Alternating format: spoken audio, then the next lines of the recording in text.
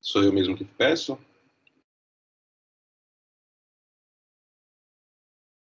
Alguém me ajuda? Alguém está iniciando. Então, antes da gente falar sobre a integração das coisas que a teoria do campo vai nos fornecer, é fundamental que nós entendamos efetivamente o que é a coisa fundamental e anterior a qualquer tipo de ocorrência.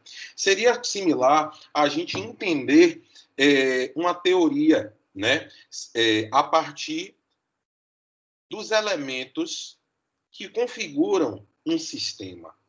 Né? O que é uma teoria, Boni? Uma teoria, gente, se vocês observarem, é um conjunto de conceitos que se interrelacionam. Né? Você vai falar sobre psicanálise, teoria psicanalítica, você vai falar sobre uma existência que se relaciona com tipos diferentes, né, de pulsões que se desdobram num encadeamento lógico, num padrão, que se desdobra em algumas possibilidades. Então, percebam aí que uma teoria é um sistema de coisas, é um sistema de conceitos. E a teoria de campo, ela vai mostrar para a gente justamente como o pensamento e o existir nosso acontece a partir da integração unificada de forças, de vetores, de variáveis, que produzem uma condição para aquilo que eu experimento ser exatamente da forma como está acontecendo agora para mim. Só que antes da gente chegar neste acontecimento que se integra no campo e se apresenta como a minha vida que eu experimento agora, neste tempo, é importante que eu entenda a unidade das coisas, né? Então, isso me faz precisar dar um retorno antes para a gente pensar sobre existencialismo. E não minto para vocês, vou ser muito sincero e honesto. Na semana passada, eu aproveitei que a gente não teve nosso encontro e eu mergulhei em uma obra chamada Tremor e Terror. Tremor e Terror é o livro do cara que criou o existencialismo, que é o Soren Kierkegaard, né? E está aqui, coloquei o link do audiolivro dele. O livro você encontra em qualquer lugar, então você pode botar para assistir, né, ouvir, botar o livro lá, fica botando um Ctrl F para você querer se situar. E eu quero muito falar para vocês sobre o Kierkegaard, que dá para a gente aí todos os ingredientes deste sistema que depois será reforçado, né, reconfigurado por Jean-Paul Sartre, depois reconfigurado por Russell e Heidegger e Merleau-Ponty, no que a gente vai entender por fenomenologia, e que, por sua vez, ali com Franz Brentano, na verdade, Franz Brentano vem antes, né? Mas organizando dentro do escopo da psicologia, como uma teoria da consciência e do ato acaba sendo aplicável na nossa vida cotidiana, como psicólogos e como profissionais. Então, eu preciso retornar um pouquinho ao pensar a existência para que a gente possa ir por um caminho, né, em que a gente vai integrar, né, de uma forma mais organizada, né, o campo. Então, me dê um tempinho só para eu falar sobre este existir que nós somos, e eu quero tocar especificamente em 3 conceitos que o Kierkegaard traz, que são dimensões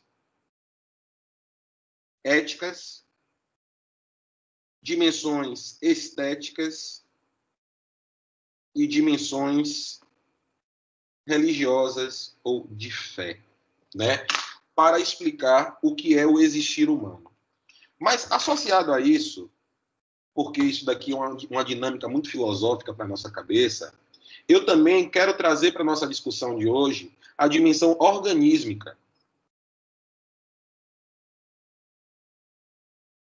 Eu vou botar aqui, eu vou compartilhar minha tela com vocês, porque eu vou produzindo o slide agora, ao mesmo tempo, para vocês entenderem melhor, fechou?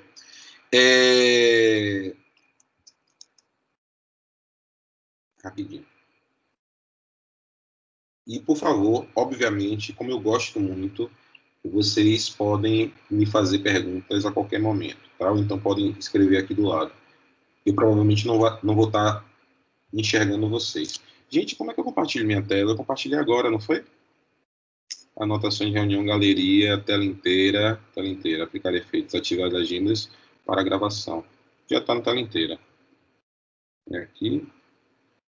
Aqui, gente. Muito fácil. Pronto.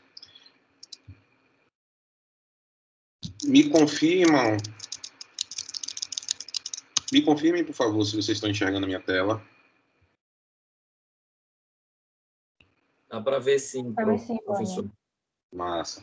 Então, eu quero discutir com vocês hoje 3 dimensões que estão apresentadas no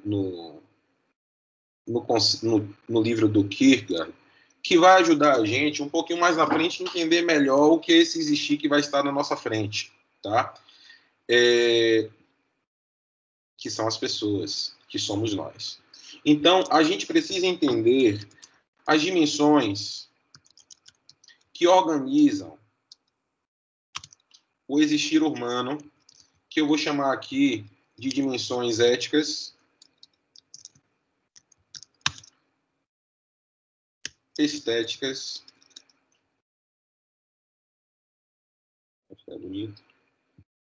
éticas, estéticas e religiosas, que eu vou chamar de fé. E fé aqui não tem nenhum sentido específico com uma religiosidade específica, apesar da reflexão que eu vou trazer vir de um cara que era cristão e católico. Inclusive, eu vou explicar de onde vem o pensamento dele, que organiza o pensamento do existencialismo, né? E, efetivamente, o pensamento dele vai fazer um questionamento sobre a moral cristã. E depois vocês vão pegar Nietzsche, também vai fazer a mesma coisa. Mas observem, para as pessoas que são cristãs, pelo amor de Deus, ninguém está falando mal de Cristo, estão fazendo, inclusive, uma reflexão da organização do pensamento cosmológico, né? de como esses elementos simbólicos deveriam ser organizados, muito mais do que uma crítica à religiosidade, de forma alguma. Tá? E eu também quero falar com você sobre a dimensão organísmica,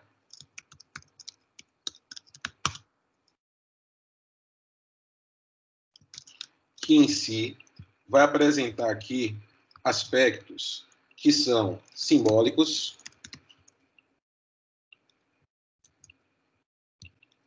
que são biológicos,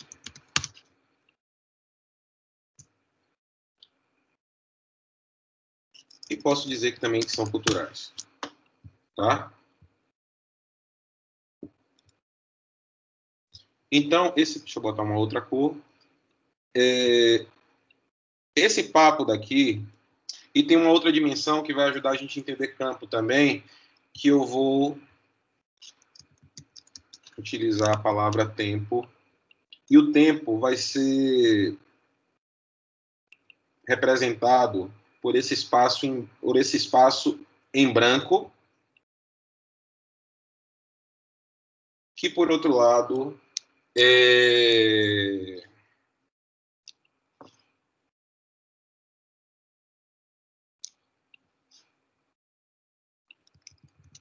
ai, Deus. Que acontece em um espaço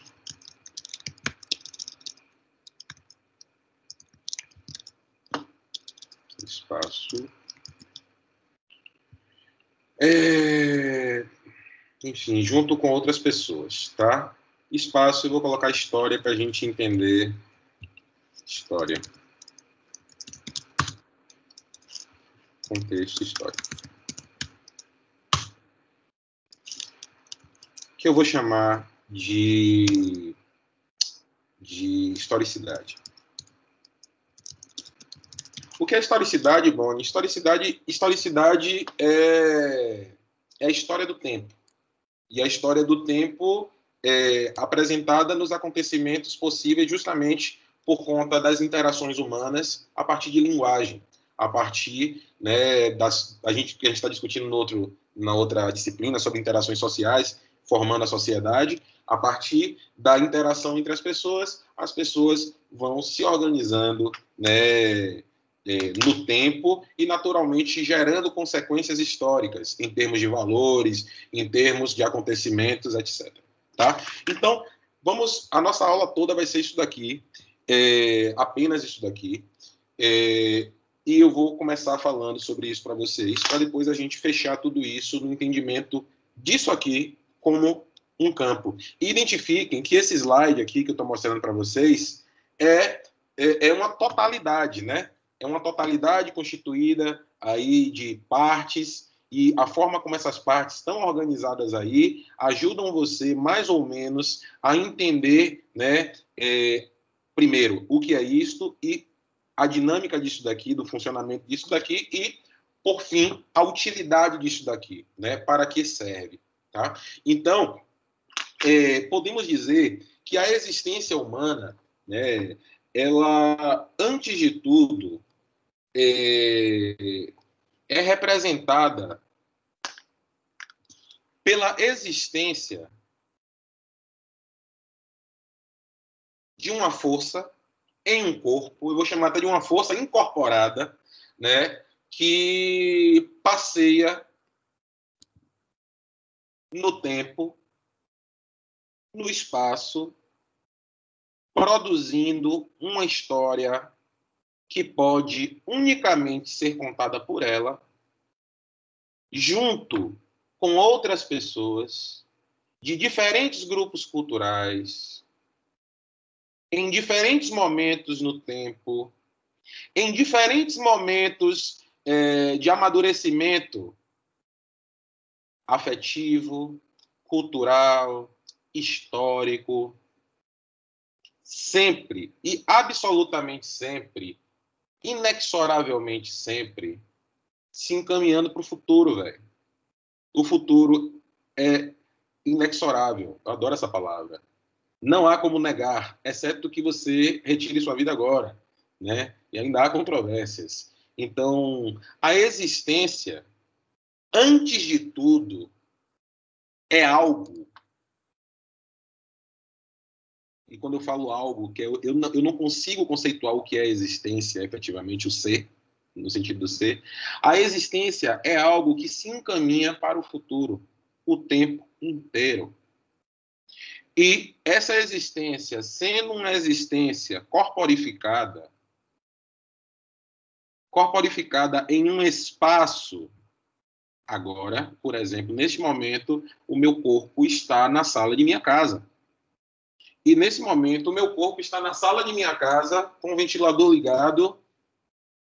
Ao redor há coisas que, de certa forma, podem influenciar no meu estar agora. Por exemplo, um quadro que eventualmente estaria ali no fundo, que produziria em mim um afeto, ou as imagens que tem aqui ao meu redor, que me produzem afetos e fazem com que eu me sinta mais confortável no lugar em que estou, ou mesmo a presença de uma outra pessoa, né, que influencia na forma como eu vou me comportar, porque, como vocês viram na aula nossa de interações sociais, na medida em que em um espaço existe uma outra presença, nós nos adaptamos a esse monitoramento, né? Então, a todo momento, nós somos existências corporificadas que nos encaminhamos no tempo, em um nível de maturidade específico, em espaços diferentes, construindo uma história que você e apenas você é protagonista. Existe uma palavra que todas as pessoas do mundo podem repetir, mas nunca haverá a sensação dessa palavra para todas as pessoas igual, que é a palavra eu. Eu. Eu bati onda em mim, diferente do que bati onda em Abraão, diferente do que bati onda em Mable. Porque quando eu falo eu, imediatamente este meu cérebro, que produz muitas informações, organiza em torno da minha experiência informações vinculadas a este eu. E me permite acessar, inclusive, informações que este eu assimilou e guardou para representar-se. E, ao mesmo tempo, afasta deste eu, eventualmente, informações que são difíceis de lidar ou informações que não são mais usuais, né? Então, este eu que me pertence, que pertence a cada um de vocês, carrega um protagonismo de existir no tempo e todos os dias e a todo momento precisar se readaptar, se reajustar neste contexto em que está, sendo quem ela ou ele é, ajustando-se de alguma forma às circunstâncias, né? Circunstância no sentido do que me circunscreve, do que me contingencia, do que me faz fazer coisas, né? Encaminhando-se sempre para o futuro e para uma palavra que eu não escrevi aqui, que é uma palavra de discussão fantástica dentro do existencialismo, que é a morte. A morte. Existir é encaminhar-se para a morte. Existir é ir para o futuro, e o futuro especificamente para este organismo que é meu, é morrer. É deixar de experimentar-se da forma como se é. Mesmo que essa morte seja simbólica, no sentido de deixar de ser o filho de uma pessoa para passar a ser uma outra função social, ou modificar um momento na vida, ou passar por uma pandemia e precisar reajustar tudo que você entendia por ser correto e estável, né? Efetivamente, eu sou um ser, uma força de vida que me encaminha para frente, para um projeto, sempre e sempre decidindo que P3 pontinhos eu vou fazer agora. E, a todo momento, escolhendo para si, conscientemente, aware ou não, a melhor forma de se ajustar. Só que observe que nesse percurso aqui, na historicidade que o tempo me permite, nesse percurso, eu vou construindo aquilo que posso chamar da história da minha vida, a minha timeline, né? E se você observar, a forma como essa timeline funciona acontecerá de uma forma significativa, que você conseguirá dar sentido, principalmente depois que você passou. Por exemplo, pega aí, vai no seu Instagram no ano passado, nesse mesmo momento, verifica o que é que estava acontecendo com você, o que é que você estava pensando naquele momento e o que é que aconteceu hoje. Dê uma olhada na sua timeline mais um pouquinho e veja os momentos diferentes que aconteceram na sua vida. Observe se você repete algum tipo de padrão de comportamento. Observe o quanto você amadureceu em várias coisas que você fez. Mas observe como algumas coisas permanecem da mesma forma. Observe num período maior o quanto efetivamente o que você vive funciona em novos ciclos e que são coloridos por novas cores, justamente por você ter acesso a novas referências, porém, todavia, contudo, sempre tendo aquele repertório que você traz consigo nas suas experiências, né, pavimentando este seu caminho, esta sua rota. Então, existir é ser no tempo. Existir é viver constantemente a amargura de estar diante do inevitável, né? Do inevitável futuro, que infelizmente eu não sei o que é. Oh, que coisa poética, mas é verdade. E trazendo aqui a ideia que o Kierkegaard trouxe, que é o que eu queria fofocar com vocês, é que este ser que sou, corporificado em um momento histórico, em um espaço, se relaciona simbolicamente também com pessoas, em culturas, né, em sociedades. E neste jogo, que precisará acontecer para que a minha unicidade, para que a minha singularidade interaja com você, seja presente para você e cause o efeito que tem como intenção em causar em sua vida, como nesse momento a minha intenção é passar uma aula massa para vocês vocês entendam toda essa prosopopeia, toda essa poética, né, que está por trás do existencialismo.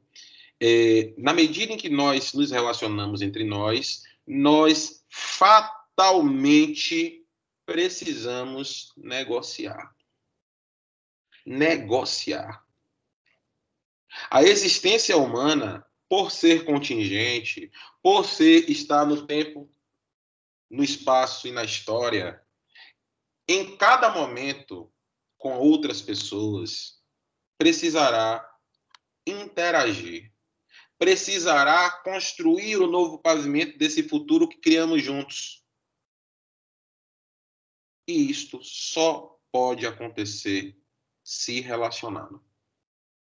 E se relacionar, como estamos vendo na outra disciplina, é interagir socialmente, é apresentar expressões linguísticas, não verbais, e emitir para os interlocutores informações que lhes acometam, né, e que permitam que o encaminhamento dos nossos encontros prospere para o próximo, para o próximo, para o próximo, até concluirmos o que temos que fazer junto.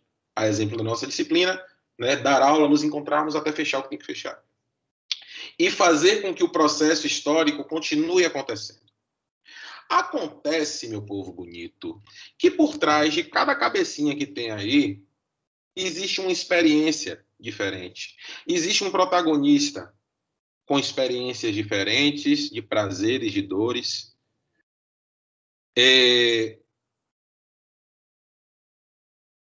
Com capacidades de autenticidade maior, com capacidades de autenticidade menores. Podemos falar, exemplo, do que acontece com muitas mulheres, né, que muitas vezes são socializadas para entender uma regra a priori de um outro grupo social, ou eventualmente mesmo de grupos de raça que aprendem por conta de uma contingência social, expectativas negativas sobre eles ou elas. E quando mistura tudo isso, então, quando mistura com sexualidade, né, e com idade, e com o tamanho do peso do corpo, é pior ainda, né? Então, temos experiências diferentes, negociando com experiências diferentes o tempo inteiro no transcurso da existência. E para que isso funcione de alguma forma, sem que eu me torne, antes de tudo, um ditador do meu mundo, diante da existência de outros mundos, surge a necessidade do desenvolvimento de uma coisa que a gente chama de ética. A ética, ela permite que nós negociemos de uma forma que seja, antes de tudo, razoável e boa para todos. Tá? A dimensão ética apresentada por Kierkegaard sinaliza para a gente, em primeiro plano, uma tendência de existirmos negociando. E existirmos negociando o que, Boni? A liberdade. Existirmos negociando a liberdade para que possamos viver coletivamente em sociedade e viabilizarmos o transcurso do tempo, que é o transcurso do tempo meu, seu, dos grupos sociais que eu vivo, do país que faço parte e do mundo, né? Se você quiser ampliar um pouquinho para o universo, tudo bem, podemos, mas a gente não está dando conta nem dos estados, vamos pensar na dimensão mundo, né? Então, a ética é uma dimensão podadora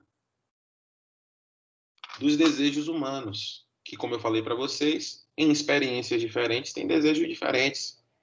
Mesmo, né? Isso é impressionante, gente. Né? E só que, para barrar esse cavalo do absurdo, esse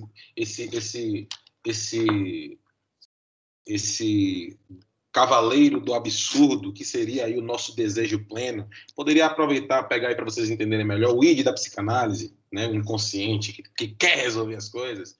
A ética, ela nos apresenta o limite para que tudo ocorra bem. Mas entendam, por outro lado, que a ética só pode existir porque existe uma necessidade de negociar. A ética existe justamente porque a liberdade que existe em existir humana é livre em todos os corpos, mas dificultaria o consenso da continuação, né, da historicidade, da história do tempo, caso não fosse contemplada. Sim, deixa eu ir embora, porque senão a gente vai estar falando sobre ética um tempão. Então, gente, no primeiro movimento da nossa vida, a gente é ensinado a negociar. E negociar, de certa forma, é constranger a liberdade. Então, existir em sociedade é naturalmente constranger-se em sua liberdade, né? Para que possamos funcionar mais ou menos dentro de alguma lógica em algum contexto. Bom, então a ética apresenta para a gente não só uma primeira necessidade de alienação dos nossos corpos, como uma regra fundamental para que a gente possa existir juntos. Acontece, meu povo querido, que na medida em que nós vamos aprofundando o nosso existir, nós acabamos lidando de formas mais consecutivas com algumas presenças que em suas vidas, em seus universos, assim como você, vivem um protagonismo com suas características e suas especificidades bastante peculiares, né? E essas duas unidades de existência passam a negociar de forma mais íntima, ao ponto de conseguir também furar a ética. A exemplo dos relacionamentos amorosos, em que vocês vão lá para uma casa, vão morar juntos, e tem coisa que ninguém precisa saber, só vocês dois, né? Então, a dimensão estética da vida, ela convida a gente a um mínimo de autenticidade que, de certa forma, viola, em um nível mais geral, aquilo que a gente vai entender por moral. Aquilo que a gente vai entender como bom para todos.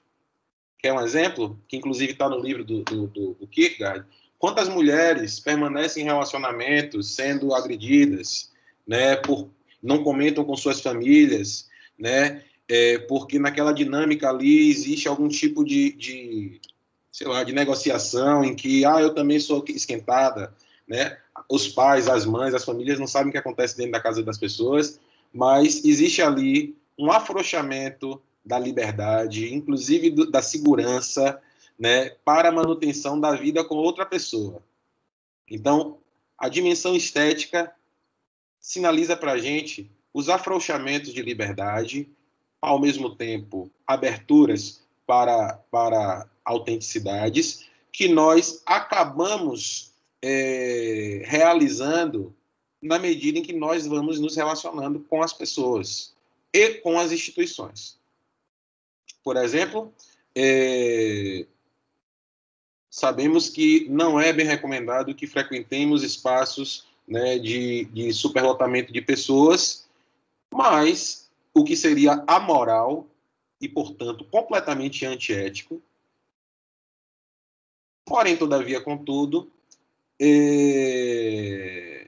de acordo com algum tipo de acordo de poderes, permite-se, por exemplo, frequentar esses tipos de espaço, e aquele que, mesmo sabendo que pode acometer a doença de outras pessoas, inclusive uma população inteira, aceita este compromisso com essa instituição,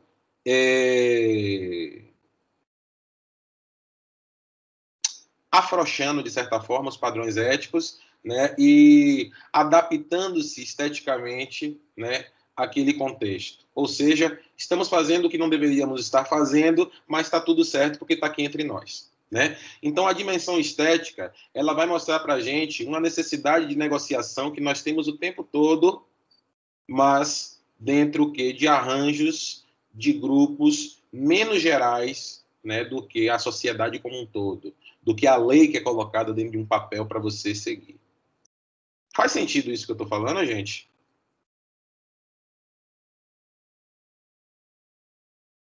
Faz sim, professor. Muito obrigado. Então, galera, acontece que os seres humanos, que somos nós, para viver em sociedade, eles precisam considerar aspectos éticos, porque você não vai andar pelada na rua, e a considerar os aspectos estéticos, porque mesmo dentro da sua galera, você não vai fazer o number two no meio de uma sala em que as pessoas estão se divertindo, mesmo que todo mundo se conheça, exceto uma criança de 1 ano que não tem controle ali da esfíncter e simplesmente faz a caquinha dela e a mãe vai lá, pega para organizar e não incomodar ninguém. Desculpe o tipo de exemplo, mas eu queria trazer uma coisa bem para vocês entenderem com imagem, né? Então, nós estamos o tempo todo negociando. Agora, indo para a dimensão de baixo, antes de retornar para a dimensão religiosa e de fé que o Kierkegaard traz, precisamos considerar, e agora eu vou tirar um pouquinho da tela aqui, eu vou mostrar para vocês, cadê vocês? Mentira. Vocês me enxergam? Enxergam, né? Eu acho que eu botei. Gente, eu sou um organismo, certo? Tudo que está acontecendo nesse momento, tudo, absolutamente tudo que está acontecendo nesse momento, está acontecendo dentro desse corpo. Eu sei que está acontecendo aí no seu. Venha comigo, fale aí na sua casa, no seu quarto. Tudo que está acontecendo dentro desse corpo. Venha comigo. Tudo que está acontecendo dentro desse corpo. É verdade ou é mentira isso que eu estou falando?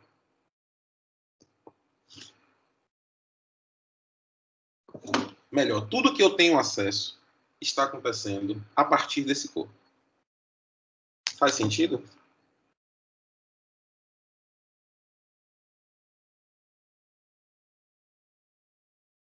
Valeu, Karen. Essa caneta aqui tá onde, gente? Tô olhando para ela. Ela tá aqui, tá? Mas essa caneta, efetivamente, está acontecendo em minha cognição. Eu estou enxergando ela agora. Ela acontece aqui no meu corpo. Eu estou olhando agora para a caneta aqui no computador. Eu estou enxergando a caneta. A caneta está acontecendo no meu corpo. Certo? Aquele ventilador que está ali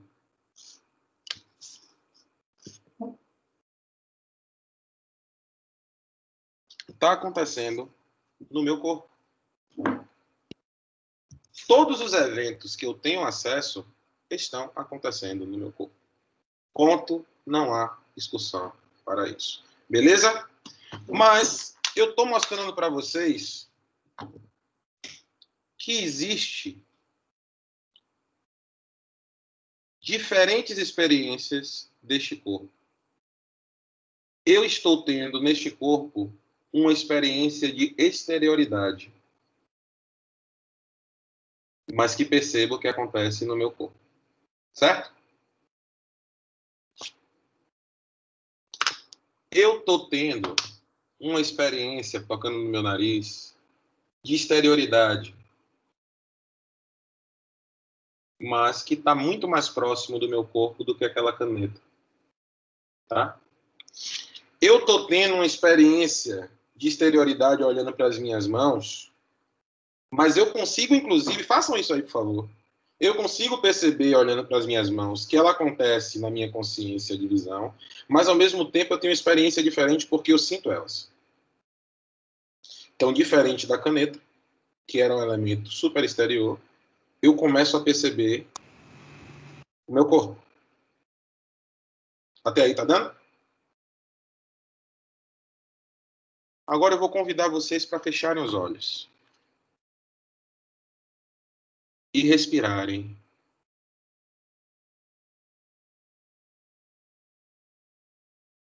Percebendo a interioridade do seu corpo.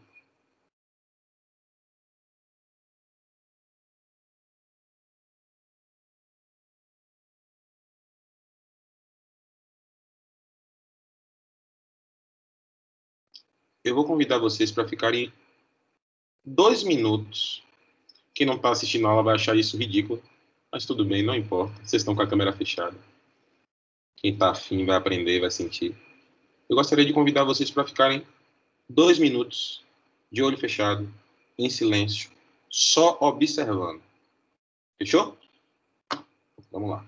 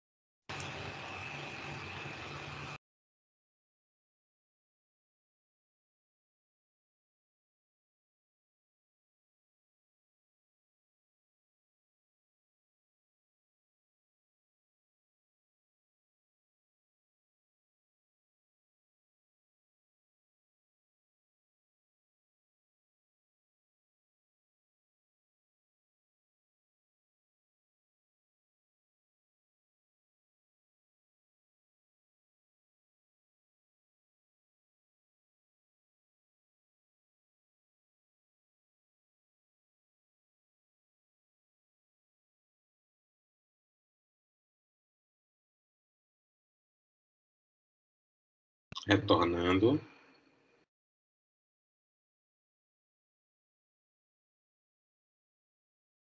Vamos retornar dessa viagem de dentro. Vocês conseguem perceber a interioridade da consciência em seu corpo?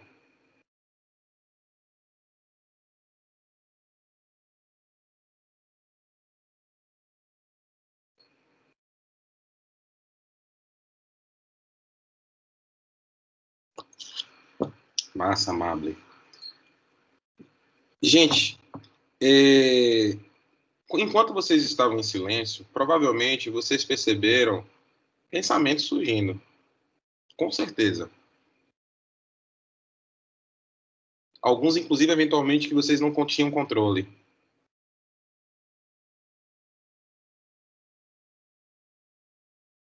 Bem-vindo a você.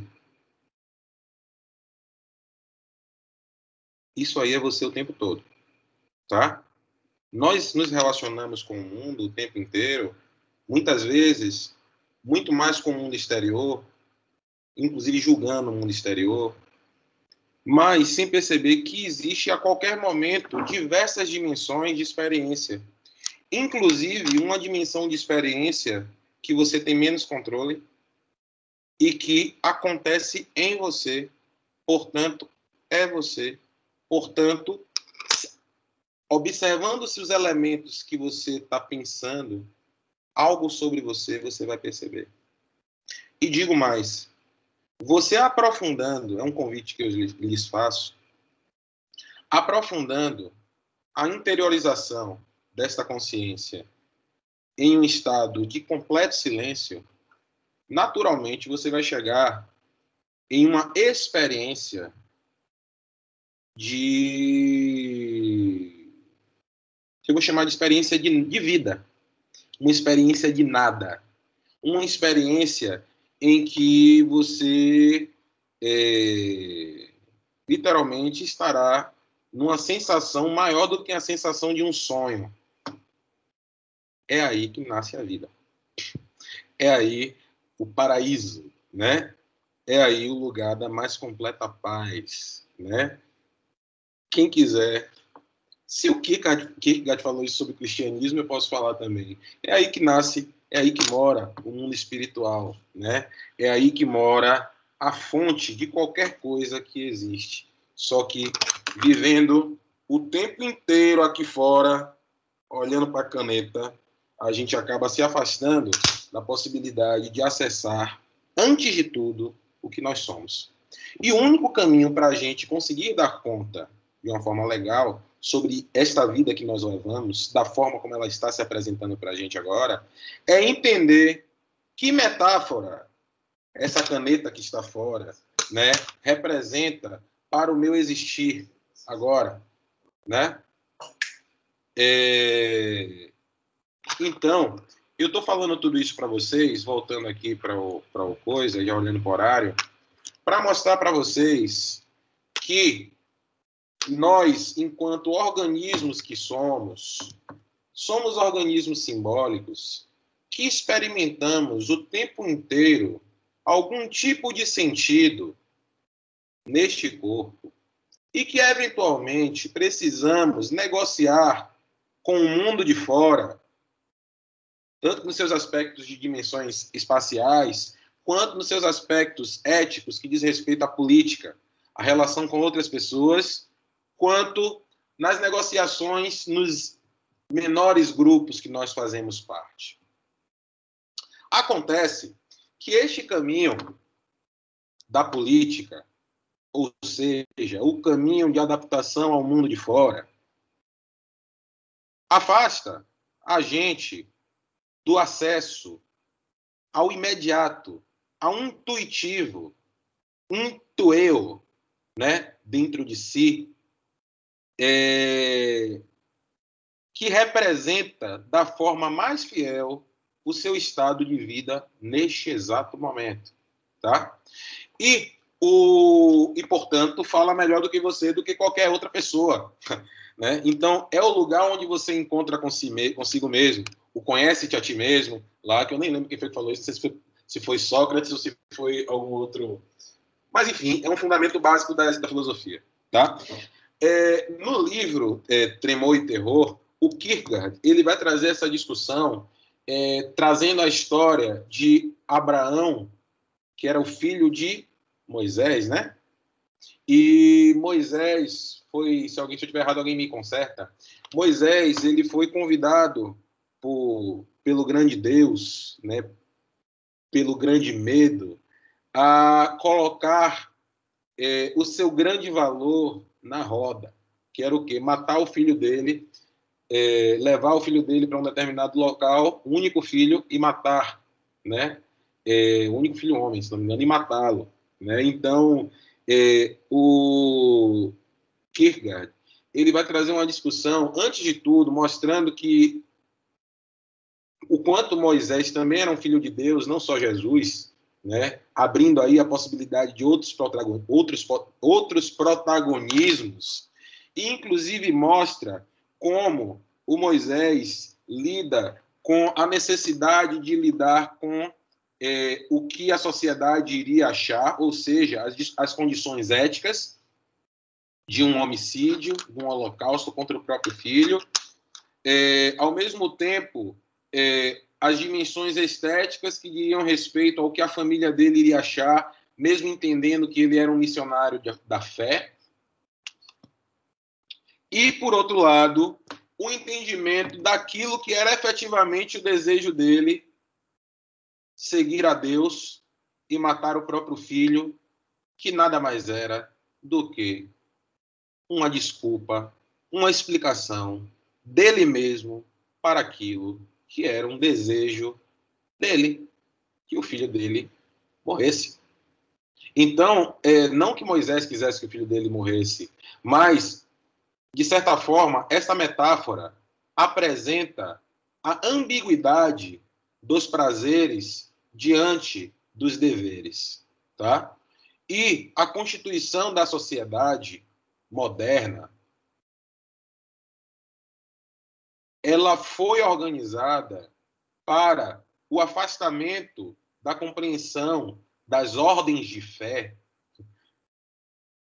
que seriam em si o exercício pleno desta vontade que brota de mim, dentro do meu corpo, como verdade, em detrimento das condições, né, éticas e estéticas. No livro, ele dá um exemplo que depois o Sartre vai bafar. Eu me reto, velho, quando eu vejo esse negócio. Porque a gente pega outros autores fazendo apropriação cultural, né? ele pega no livro o caso de um cara que vai casar e que está tudo certo para ele casar e que ele chega na hora e que ele tem a opção ou de continuar eticamente, né, o casamento e não prejudicar a mulher que iria se casar, porém, todavia, prejudicando-a a vida inteira, porque ele nunca quis casar e, portanto, nunca exercerá o casamento da forma como ela imagina. Coloca também em xeque essa mesma situação, né, o Kierkegaard, enquanto este homem que decide, portanto, não abrir mão dos seus desejos de sua vida por conta de um casamento com uma mulher que ele não ama e, portanto, deixa ela no altar e se vai embora, realizar-se efetivamente no que deseja e que sente em sua plena autenticidade, né? O Sartre vai trazer essa mesma ideia de uma forma copiada. Desculpe, Sartre, descobri que você não é um gênio. Num exemplo de um cidadão que está num período de guerra e cuida de uma senhora, e ele se pergunta, fico para cuidar da senhora ou vou para a guerra para honrar o meu irmão, né? No final das contas, o cara vai para a guerra e deixa a senhora lá. Porque não é possível vincular vidas, porque as vidas nascem separadas e morrem separadas, né?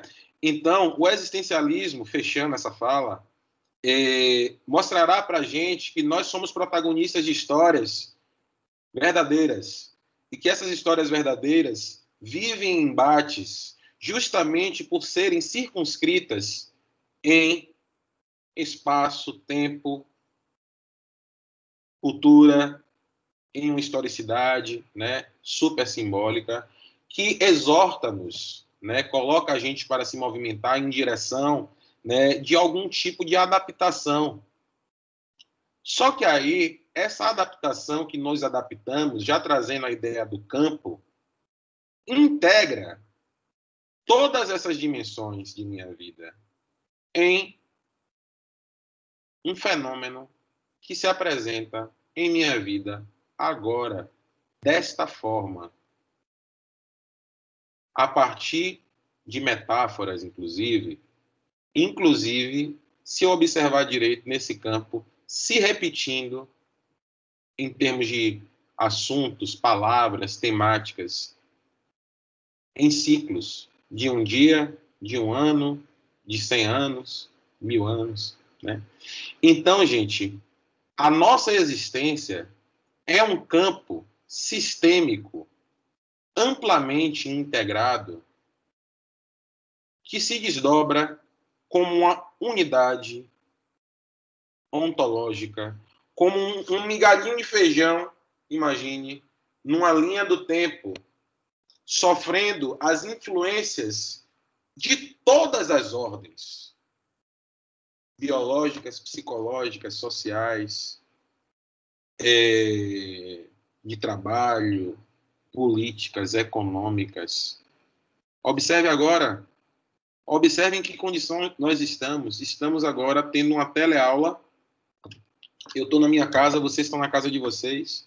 Estamos em um espaço hipercompartilhado, porque temos vários compartilhamentos de estados, mesmo que vocês estejam com a câmera afastada, né, desligada. E tudo que está acontecendo nesse momento só pode acontecer porque, neste momento, todas as condições desse momento foram organizadas. Neste momento da história do tempo, em 2021, é provável que em 2040 uma circunstância similar aconteça de uma outra forma completamente diferente, com tecnologias aprimoradas de forma diferente, com formas de linguagem apresentadas de formas diferentes. Da mesma forma como há 20 anos atrás, há 100 anos atrás, as formas de viver e existir eram diferentes. A gripe suína, que foi uma pandemia, aconteceu de uma forma diferente. Esta pandemia que estamos vivendo está acontecendo de uma forma diferente, né? Então, observem, gente, que a teoria de campo vai mostrar para a gente que o encaminhamento da história do tempo, tanto do mundo quanto da vida de cada uma das partes que fazem parte e se integram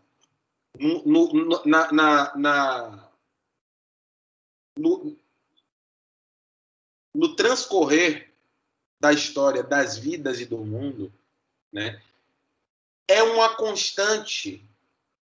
O campo é uma constante mudança, mas é uma constante mudança por ser potência.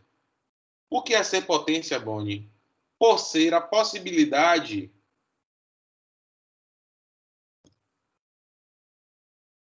de múltiplas configurações diferentes que podem ser modificadas, por exemplo, pela mudança de uma única variável. Todavia, todas as variáveis estão em movimento. Por exemplo, gente, ninguém imaginava que ia acontecer uma pandemia. E hoje estamos aqui na frente de um computador, não podendo ir na rua, com os números crescendo. Ao mesmo tempo, isso influencia no quê? Influencia no receio social. A influência de uma pequena coisa, uma coisa que aconteceu, de um vírus que aconteceu em um laboratório aí, em algum lugar do mundo, que isso, pelo amor de Deus, vamos entender que a indústria farmacêutica está bombando aí agora e que existem pessoas ruins no mundo, que é provável que essa teoria da conspiração aconteça, né? Um dia um vírus passou a existir, influenciou a vida de pessoas, a morte de pessoas, ao ponto de produzir mudanças em escala temporal e global da forma de se comportar da humanidade. Da mesma forma, a simples decisão que você toma de não permanecer mais num relacionamento modifica a vida de uma pessoa ou de outra para novos encontros, para novas possibilidades, inclusive suas. Inclusive de eu vou sair desse lugar, desse país e vou fazer um curso novo. Vou rever o que eu até agora não fazia e sempre quis fazer.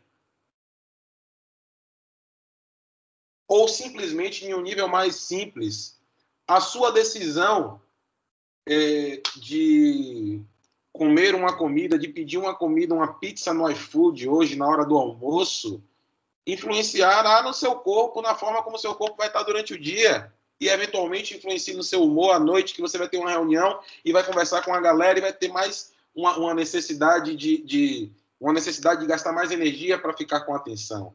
Eu não sei se eu estou conseguindo me fazer entendível para vocês, mas eu quero mostrar para vocês que vivemos gradativamente, mais conscientemente,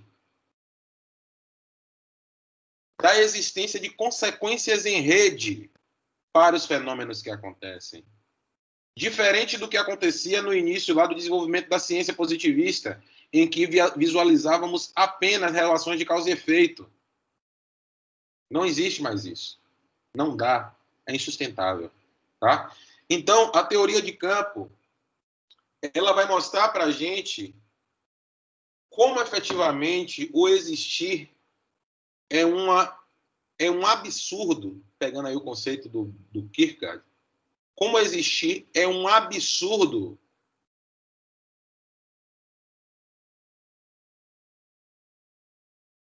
incontrolável.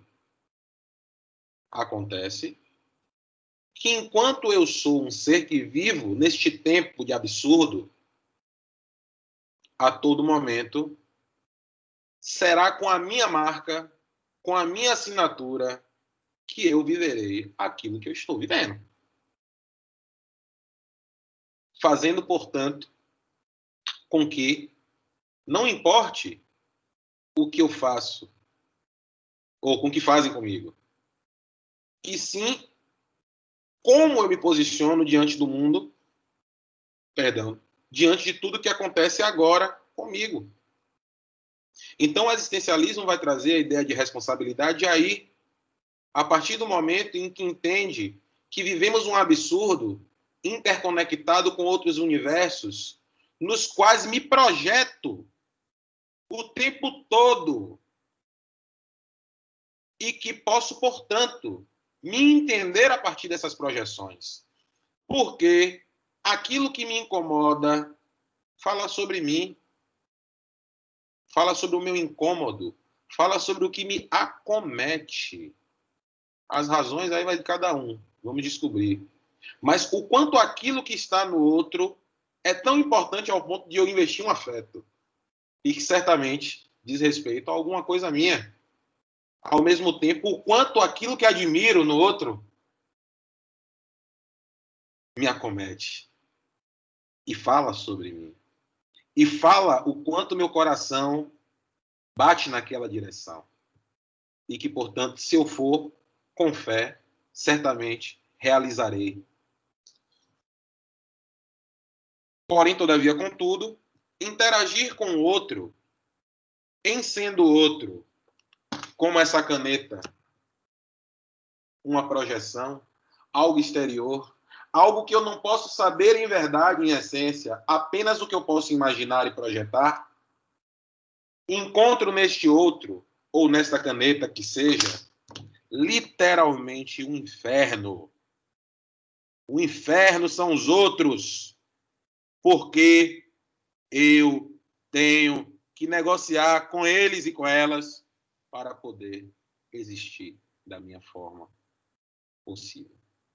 Então, o inferno são os outros, frase do Sartre, sinaliza o como o viver em sociedade nos leva sempre para a frustração de nossas expectativas, porque não é possível verdadeiramente, é possível até iludir, manipular, mas não é possível verdadeiramente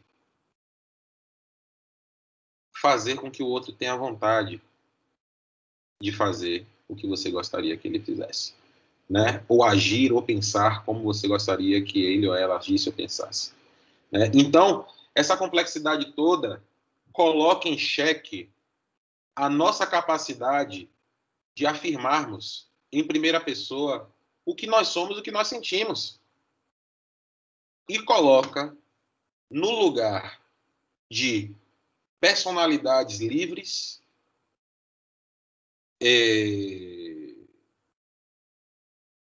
contraculturalistas, revolucionárias, como o próprio Jesus Cristo, aquelas pessoas que se percebem e que, a despeito de qualquer coisa, no fim das contas, escolhem a partir da responsabilidade de uma primeira pessoa. Sou eu. E, portanto, tornam-se mais sinceras consigo e, portanto, com o outro, porque não precisariam mais mentir para si nem para o outro sobre o que verdadeiramente deseja e, portanto, não precisa, né, negociar com o outro, negociar com o outro, ser como o outro quer, uma vez que eu já percebo que eu sou assim e é isso mesmo. Ou, eventualmente, que eu descubra que posso mudar um pouquinho, porque isso não feriria a minha autenticidade, né? Então, ponto, paro aqui.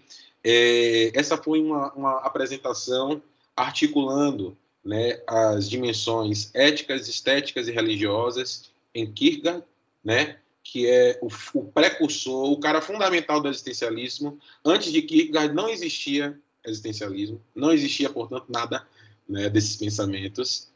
E o entendimento, né, da dimensão ética, que aplica para a gente aí a necessidade de algum tipo de limite para existir humana.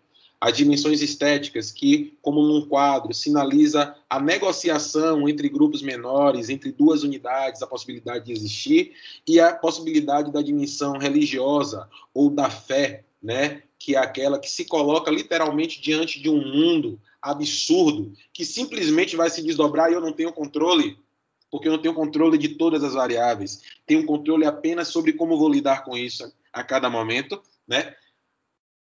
Essas dimensões trazidas pelo Kierkegaard mostram para a gente as possibilidades do existir humano, que degradam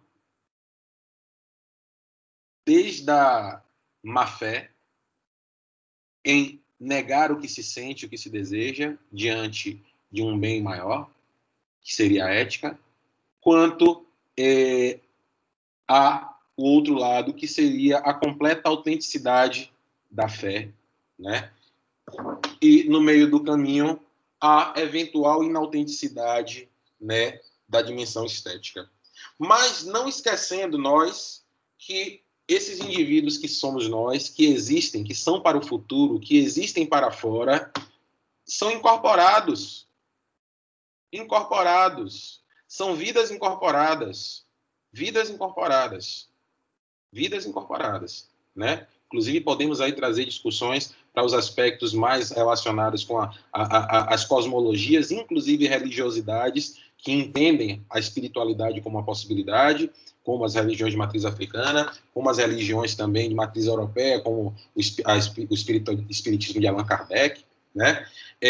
Como é que a corporificação da vida em entidades como o eu é uma entidade, né, que se organiza a partir de pressupostos e atributos, como os orixás, por exemplo, a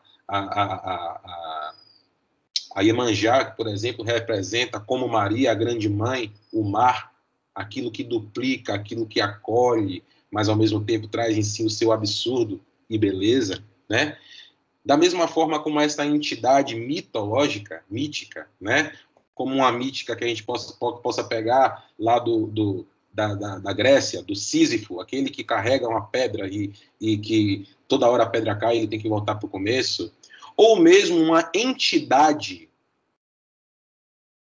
que se chama eu, que tem um nome, no meu caso, Bonifácio, que me percebo como uma consciência, que tenho 36 anos e faço algumas coisas.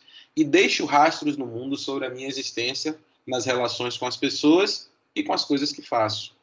No meu caso, eu sou artista. Eu faço música, faço textos e sou também um intelectual que penso sobre coisas de psicologia e sobre filosofia. Então, são essas as coisas que organizam os sentidos do meu existir nesta trajetória, né, que se encaminha para a minha morte, fazendo estas coisas, que me realiza a cada momento no tempo, né? Da mesma forma que eu, vocês podem fazer o mesmo exercício que eu acabei de fazer e que eu mandei no corpo do nosso encontro, perguntando: o que são vocês? Se vocês começarem a responder o que vocês fazem ou o que vocês estão fazendo, afinal, corpos humanos fazem coisas, e o que vocês estão pensando, afinal, corpos humanos pensam coisas, vocês vão se aproximar do entendimento do que são vocês, do que vocês fazem, sobre o que mobiliza vocês, sobre como essa mobilização acontece no tempo e, portanto, sobre como funcionam os rastros da sua vida, né, entre o seu nascimento e o seu morrer. Vou dar uma dica da tecnologia. A gente está desenvolvendo, lá no CEPEC, uma pesquisa de timeline. Vocês podem pegar a timeline de vocês, lá do Instagram, que seja, e vocês observarem o que é que vocês estavam falando para vocês há muito tempo e que está se realizando hoje. Como isso aconteceu, né? É o que o Martin Heidegger vai chamar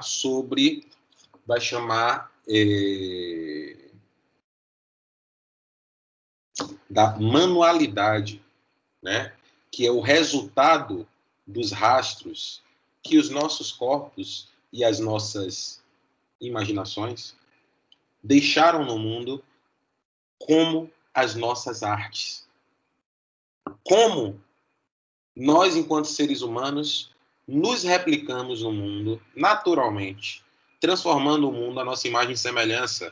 Em outras palavras, deificando o mundo, transformando o mundo em um mundo que representa cada um de nós, as nossas vidas, né? A nossa vida, que é de vida divina, né? Então, o encaminhamento desse entendimento mostra para a gente que nós somos vidas que se encaminham nessa vida em um protagonismo que é responsabilidade nossa, tá? Era isso só que eu tinha para falar. Boni, tem mais coisa? Sim, Boni, você filosofou um monte, mas e na psicoterapia, velho? Como é que eu vou usar isso, velho? Na psicoterapia, você vai, antes de tudo, convidar a pessoa que você trabalha para estar com você presente, para se perceber e perceber o que ela anda fazendo e falando, e pensando. E o que tem acontecido na vida dela, você vai ajudar a pessoa a construir uma timeline da vida dela e observar os padrões. E ela mesma identificar como eles acontecem, em que circunstâncias acontecem e como ela se comporta. Nós temos uma ilusão muito grande de que nós somos. Inclusive, quando eu pergunto no e-mail para vocês, eu pergunto de propósito quem são vocês. Mas, efetivamente, esse ser que é vocês só pode ser apresentado ou a partir do que você fez até então, ou após a sua morte. Nós estamos o tempo todo exercendo este ser no mundo, né? A partir do que a gente faz, do que a gente pensa a cada momento. Só que cada um de nós vive a ilusão, nos espaços estáveis em que vivemos, que somos aquilo.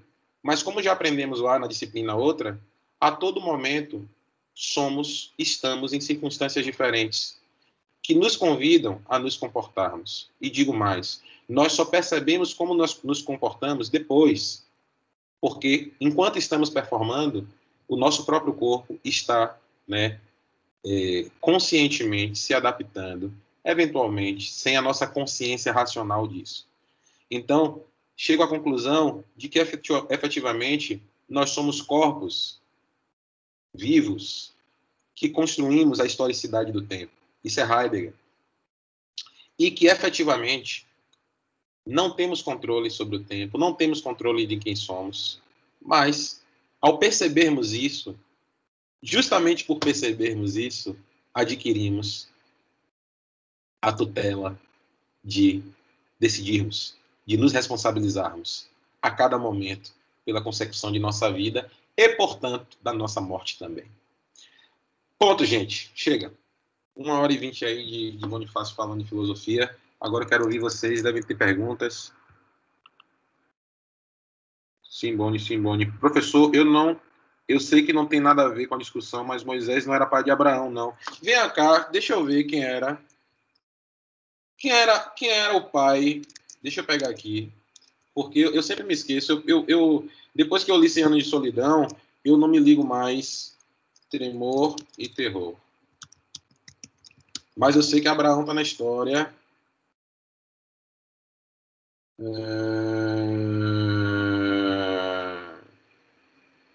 A angústia de Abraão. Não, Abraão quer matar o filho dele. Espera aí, deixa eu ver. Isso, toda vez que eu via Abraão, eu lembrava de Abraão. Abraão quer matar Isaac. Isaac, foi mal. Isaac. Abraão matando Isaac, desculpa. Ele não mata, não. Ele não chega a matar, não, né? Mas ele sente a angústia de ter que matá-lo. Isso. Como eu não entendo muito a história da Bíblia, eu não li, eu não consegui entender, porque no livro, no Tremor e Terror, ele traz a discussão e ele traz as possibilidades, né, da morte. Então eu não me lembro se aconteceu o falecimento ou não. Na verdade, parece que Deus, na hora quando ele vai matar, Deus devolve o filho para ele, né? Não, na verdade, é como se fosse tipo uma proposta, no caso de sacrificar esse filho único aí, como se fosse pedido. Na verdade, foi mesmo que um teste para ver a reação de Abraão, se ele entregaria ou não. Uhum. Mas aí ele entregou, mas aí Deus, tipo, de acordo com o cristianismo, Deus não permitiu que ele sacrificasse. Isso foi um teste mesmo. É isso mesmo.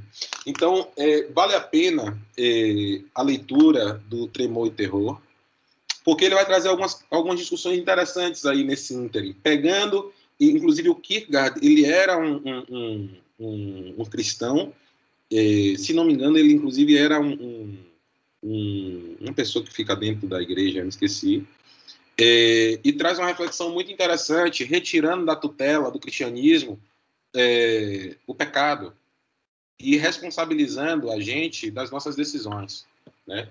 Então, o Mabli perguntou assim, professor, posso entender que essa forma que você organizou aí na tela é uma exemplificação do espaço vital trazido por Kurt Lewin, Ave Maria, golaço. Sim, perfeito, perfeito. É uma forma. Porém, todavia, contudo, Mabli, o que é espaço vital? Espaço vital é tudo. Espaço vital são todas as possibilidades. Espaço vital são estruturas de possibilidade, né? E todas as estruturas de possibilidade, elas podem ser pensadas, elas podem ser percebidas, né? E elas acontecem.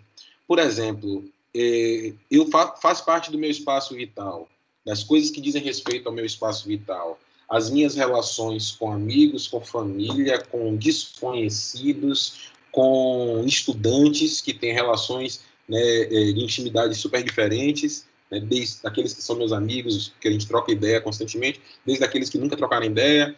Temos também a dimensão do espaço vital do meu corpo, né, da minha saúde, do que eu como, né, das possibilidades de alimentação que eu tenho. Por exemplo, eu nunca comi uma comida neozelandesa, né, então está um pouco distante das minhas possibilidades ter um problema gástrico por conta de algum tipo de tempero neozelandês. Tem as experiências que eu passei na minha vida, experiência de religiosidade, experiências culturais, né? Então, a gente pode dizer que espaço vital é tudo. Espaço vital diz respeito às potências dos diversos subcampos que fazem parte da minha vida, inclusive a vida dos outros. Tá? Porque, por exemplo, tem um amigo meu, esse amigo meu que tocou aqui com a gente, ele é um amigo meu que está passando tempo aqui em casa, porque aconteceu uma coisa na vida dele. Então, como a vida de uma pessoa que é meu amigo próximo pode ser integrada à minha, de certa forma, mobilizando os costumes de sono, mobilizando os costumes. Agora a gente está fazendo comida mais para 2 pessoas, né? Então, o nosso espaço vital diz respeito ao horizonte de possibilidades que podem influenciar em nossas vidas. E, a cada momento, a depender de como essas diferentes configurações estejam, se apresentarão de uma forma. Ai, Boni, isso é muito subjetivo, isso serve para quê? Isso serve, meu irmão, para você entender, por exemplo, o que é que está acontecendo na sua vida. Disso que está acontecendo na sua vida, como é que você pode fazer um input para providenciar uma solução para aquilo ali que está te trazendo algum tipo de dificuldade ou bloqueio de contato, né? Isso que está acontecendo na sua vida agora, diz o que sobre sua vida? E qual é o mínimo esforço que você consegue fazer para solucionar alguma coisa, para trazer resultados, né, para o seu campo como um todo? Entender isso, entender campo, outorga a você a liberdade de tomar decisões que lhe beneficiem. Mesmo que seja por uma via pouco eficiente. Exemplo, aí meu amigo Ângelo, que talvez esteja aí, vai estudar lá na neuropsicologia estratégias de regulação emocional. O que é estratégia de regulação emocional se não compreender o campo e tomar ações para que favoreçam um resultado para mim mesmo enquanto organismo, né? Enquanto eu estou percebendo que eu estou triste e crio uma estratégia de regulação emocional, de modificação da situação e coloco uma música que produz em mim pensamentos que me fazem pensar sobre minha infância e que me fazem dar risada e produzir no meu corpo, por exemplo, sensações de bem-estar, né? Então, observe, eu estou aplicando teoria de campo aí. Eu estou percebendo o que é que está acontecendo diante da minha vida, o que é que está empacando. Ou então eu percebo que minha vida financeira está precisando de, tipo assim, não está funcionando muito bem, mas eu tenho dificuldades para, sei lá, para me vender, né? O que é que eu faço? Primeira coisa, eu tenho que perceber, né? Como é que o campo está, né? E o que é que o campo está me dizendo sobre mim hoje? Olha, o campo está dizendo que existem dificuldades aqui, aqui, aqui, aqui. Olha, acontece uma coisa similar na vida com a minha família, uma dificuldade de negociação, de pedir ajuda, aqui também com meus amigos e aqui também. Olha, eu percebo que eu tenho dificuldade de pedir ajuda nos 3 campos. Então, significa o que sobre mim? Neste momento, meu campo sinaliza para mim que eu tenho dificuldade de pedir ajuda e eu preciso resolver isso. Como é que eu faço? Vou pedir ajuda para uma pessoa que eu tenha menos vergonha. Olha, pedi ajuda para uma pessoa que eu tenho menos vergonha e deu tudo certo, ela me ajudou. Eu vou pedir de novo para uma pessoa que eu tenho um pouquinho mais de vergonha. Depois eu percebo que as pessoas ajudam. Eu simplesmente chego na pessoa que eu quero pedir ajuda. Então, utilizar o campo como metodologia ajudar você a perceber como sua vida se organiza. Mas, fechando e voltando, entenda que a sua vida é você. Sua vida é a construção que você faz naquele momento sobre o externo e o interno, né? Porque neste momento que você vive sua vida e que você se desespera e chora, você poderia também estar vivendo uma outra circunstância, né? Ou você simplesmente pode utilizar uma estratégia de regulação emocional para que você viva aquela circunstância de uma forma amena, reagindo mais e percebendo mais o que é que você precisa empreender, né, para que você resolva aquilo que está acontecendo, para que você dê conta, eventualmente, daquele luto que você vive, seja pela perda de uma pessoa querida, um relacionamento, um familiar, ou simplesmente a mudança da rotina que vocês tinham de se ver toda semana e que agora não tem mais como se ver todo dia, né? Fala, Mabel. Prof, como é que na Gestalt terapia trabalha, se utiliza da teoria de campo? Se utiliza. Nossa, excelente pergunta. Na Gestalt terapia, a gente vai trabalhar fundamentalmente com o conceito de awareness. O que é awareness? Escrevi aqui. Aware é consciente. Awareness é um estado de consciência. Um estado de consciência é um estado de agora.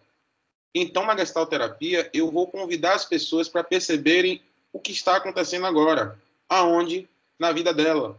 E a vida dela é composta pelo quê? Por campos afetivos, semióticos, materiais.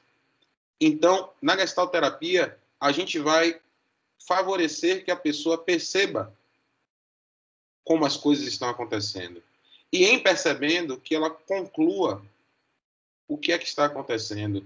E em concluindo, ela decida o que é que ela vai fazer com aquilo. Faz sentido?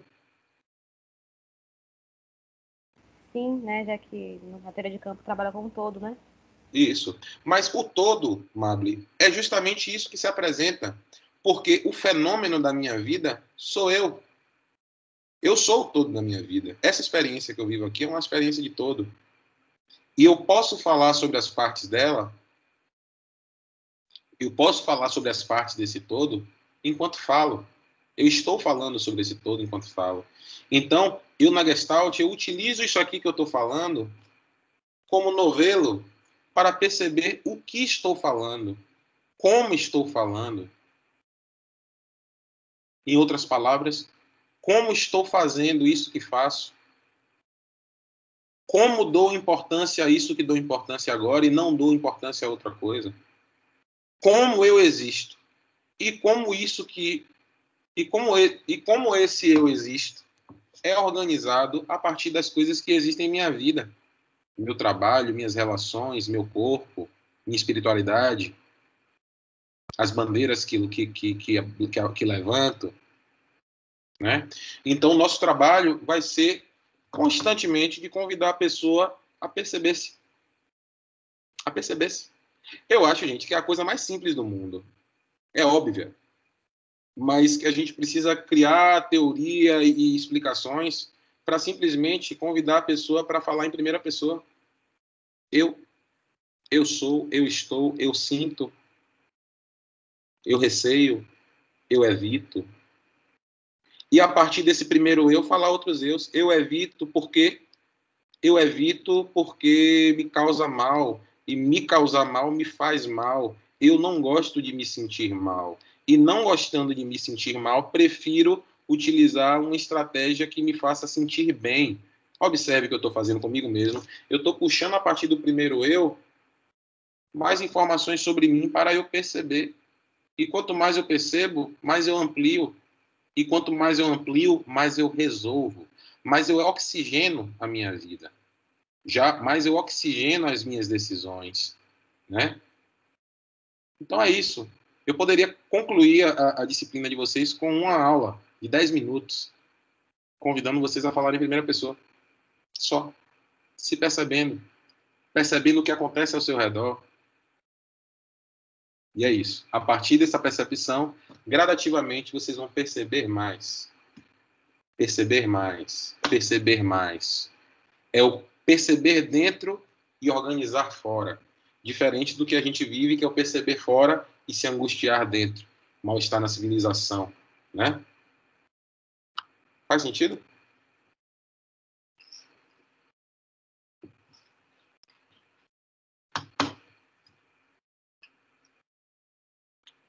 É isso. Então, as abordagens teórico-fenomenológicas essenciais, elas vão partir desses princípios que eu trouxe para vocês hoje, tá? E eu acredito que compreender esses princípios, antes de tudo, faz com que eu me perceba enquanto terapeuta dentro desse corpo. E isso faz com que eu perceba que o que está acontecendo com você está acontecendo aí. E que eu percebo de cá. E que para que eu consiga perceber de cá, eu preciso que você me fale como. Ou que eu possa devolver para você como eu percebo, para verificar se é isso mesmo. Tá? De todos os modos, eu estou com você e forneço para você a oportunidade de você trocar comigo neste espaço intersimbólico que se forma entre nós para falarmos sobre você, paciente. E, já que eu sou um psicoterapeuta, para utilizar recursos, jogos, técnicas, estratégias que permitam que você amplie essa percepção de você mesmo. Vou dar um exemplo para você, bobo. Eu atendi um menino, um homem negro, estudante de psicologia, e o cara é formidável, velho. É tipo como eu sinto com vocês, assim. Eu falo de vocês mesmo, eu adoro elogiá-los e elogiá-las, porque eu sinto muito orgulho de vocês, estudantes, como geral. Inclusive, aproveito e parabenizo todo mundo pela Semana de Psicologia, que foi formidável, brilhante. Eu assisti aqui várias. Inclusive, agradeço profundamente pelo convite de tocar. Foi um dia especialíssimo para mim. Esse rapaz, que eu vou chamar ele de Jorge, Jorge, ele é brilhante, velho. Jorge, ele estudava numa faculdade particular. Ele participava de atividades todas que aparecessem de discussões étnico-raciais. Jorge é conhecido por todo mundo. Jorge é um fofo. Jorge é inteligentíssimo.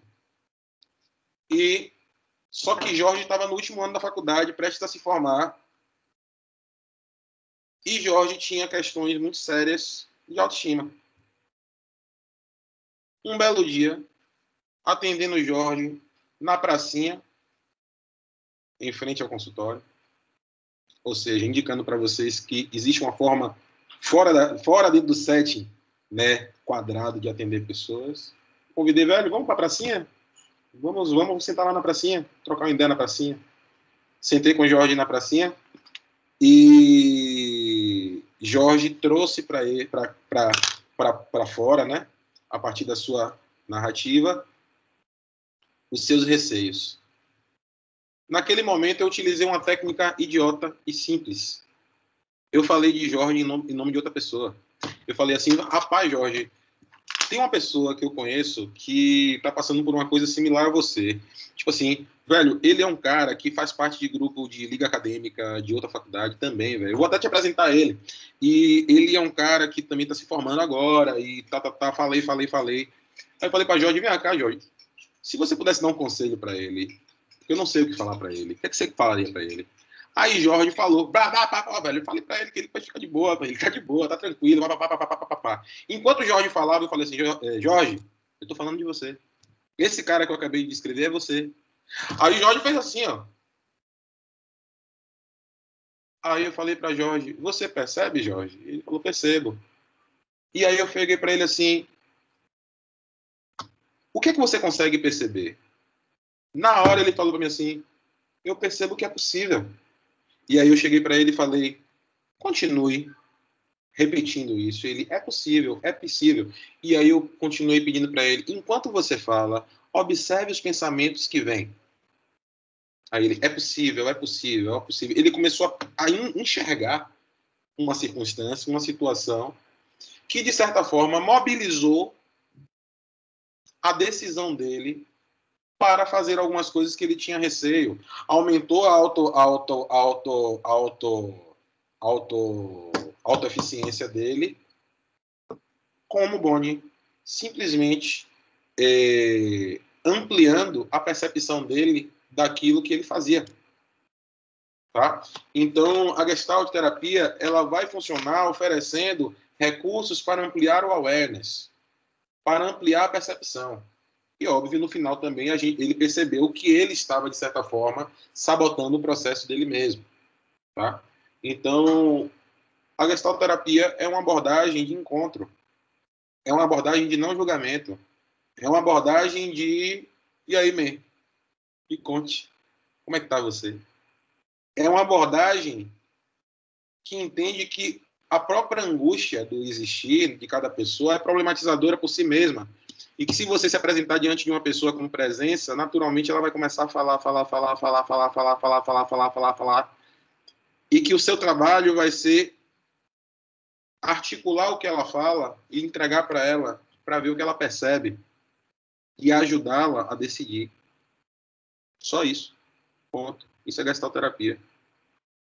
Mas óbvio que para você perceber essas coisas que são óbvias, você vai precisar se desvencilhar dos seus receios.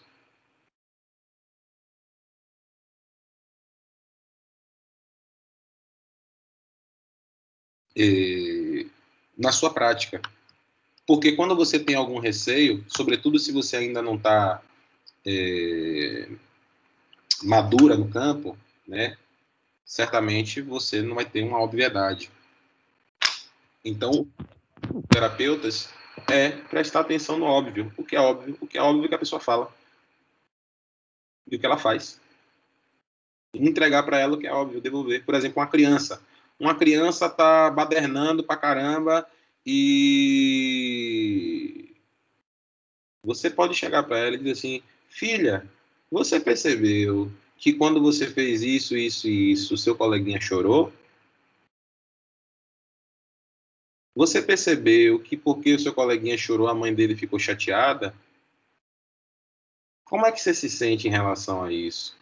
O que é que eu estou fazendo com a criança? Eu estou ampliando a possibilidade dela perceber o efeito do que ela faz e, portanto, decidir o que ela vai fazer diante disso, daqui para frente, diante então, né? Então, a gestalterapia ela vai trabalhar como um espelho óbvio, né? Que vai ajudar a pavimentar as vias das pessoas. Pronto, é isso. Respondi?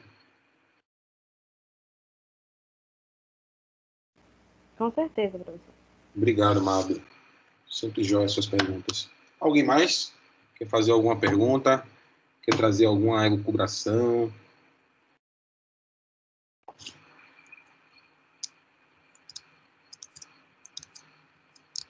Não, né? Então deixa eu olhar aqui para ver o que é que vai acontecer no nosso próximo encontro. Deixa eu parar de usar.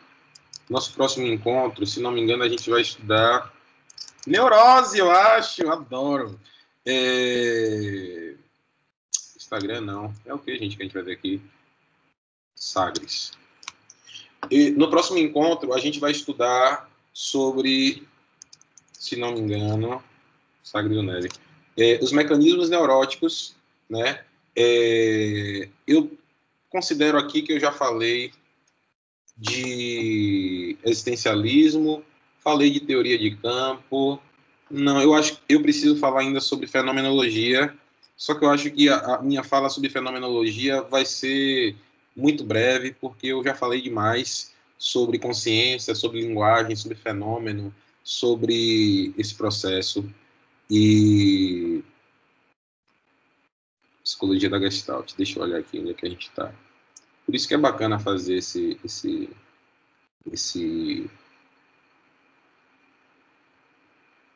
dia hoje. Próximo.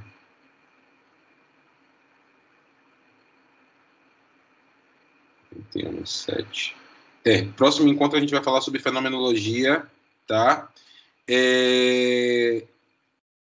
Eu vou fazer uma aula para vocês, eu vou mandar um link lá no YouTube, porque eu quero deixar essa aula gravada, tá? E eu vou, para falar de fenomenologia, eu vou falar de Russell, Heidegger, Russell e Heidegger, tá? Eu vou trazer alguns conceitos da fenomenologia sobre como consciência, sobre ôntico e ontológico, linguagem,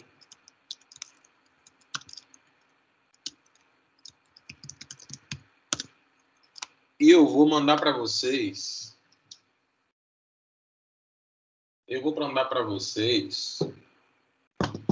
a introdução do Ser e Tempo de Heidegger, tá? É um texto que tem todos os conceitos do Heidegger, que é um cara interessantíssimo. O nome do texto é A Perplexidade da Presença, tá? Deixa eu ver se eu encontro ele aqui em PDF. E aí, no próximo encontro, vai ser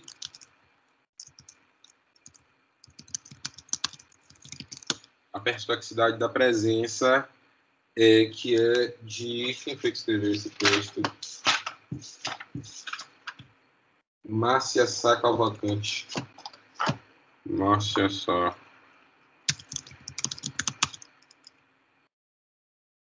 Não tenho. Eu vou tirar foto aqui e vou mandar para vocês.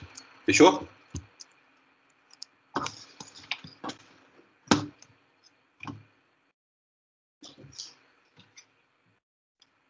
Ok, meu povo? Então tá. Certo, professor. Vou mandar agora, vou tirar a fotinha aqui e já mando para vocês. É um texto